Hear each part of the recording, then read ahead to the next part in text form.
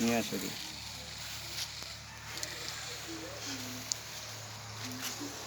আদর্শ কোচিংয়ের ছেলেমেয়েরা গাছ এক জায়গা থেকে উপরে এনে নির্দিষ্ট জায়গায় লাগাচ্ছে। এখানে নবম শ্রেণীর ছেলে মেয়েরা গাছটি লাগাচ্ছে।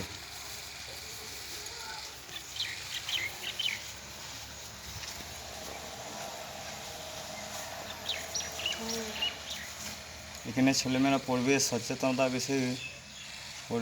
সচেতনতা বিষয়ে খুব সচেতন। এখানে অনেক ছেলে মেয়ে আছে।